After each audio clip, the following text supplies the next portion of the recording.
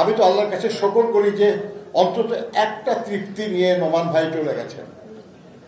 দীর্ঘ সময় ধরে তিনি যে স্বৈরাচার, যে ফ্যাসিবাদের বিরুদ্ধে লড়াই করছিলেন, এমনকি দারুণ অসুস্থ অবস্থাতে লড়াই করে চলেছিলেন, সেই ফ্যাসিবাদের পতন তিনি দেখে গেছেন। কিন্তু দুর্ভাগ্য যে তিনি বাংলাদেশে নির্বাচনের মাধ্যমে জনগণের শাসন প্রতিষ্ঠা, অর্থাৎ গণতন্ত্র পুনঃপ্রতিষ্ঠাটা দেখে যেতে পারলেন না।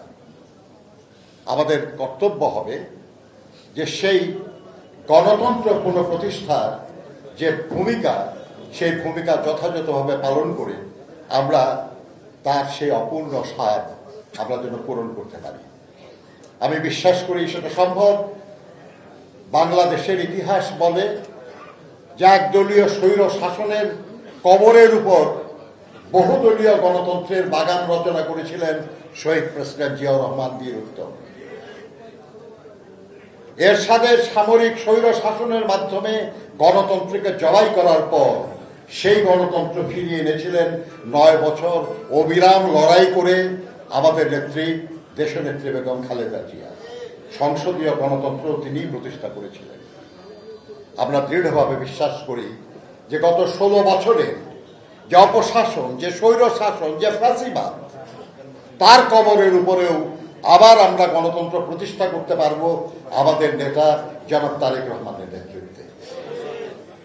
বন্ধুরা আমার, সেই লড়াইয়ে আব্দুল্লাহ আল নোমানের স্মৃতি আমাদেরকে সাহস যোগাবে।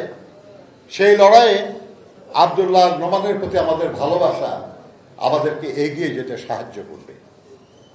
আমি তার আত্মার মাগফিরাত কামনা করি, পরম করুণাময় আল্লাহ তাআলার কাছে প্রার্থনা করি আল্লাহ যেন তাকে বেহেশত নসিব করেন। ব্যক্তিগতভাবে অত্যন্ত ভালোবাসতেন তিনি আমাকে না খালি আমার গোটা পরিবারকে, আমার স্ত্রী, আমার সন্তানদেরকে। আমি বলি আপনাদের, নোমান ভাই এতই ভালোবাসতেন যে আমার মেয়ের বিয়ে হবে, আলোচনা হচ্ছে, বিয়ের আলোচনা, অনেকে বলল নোমান ভাই আমার মেয়ের বিয়ে ঠিক হচ্ছে। নজরুল ভাই আপনি মেয়ের বিয়ের গায়ে হলুদ হবে না? হ্যাঁ হবে।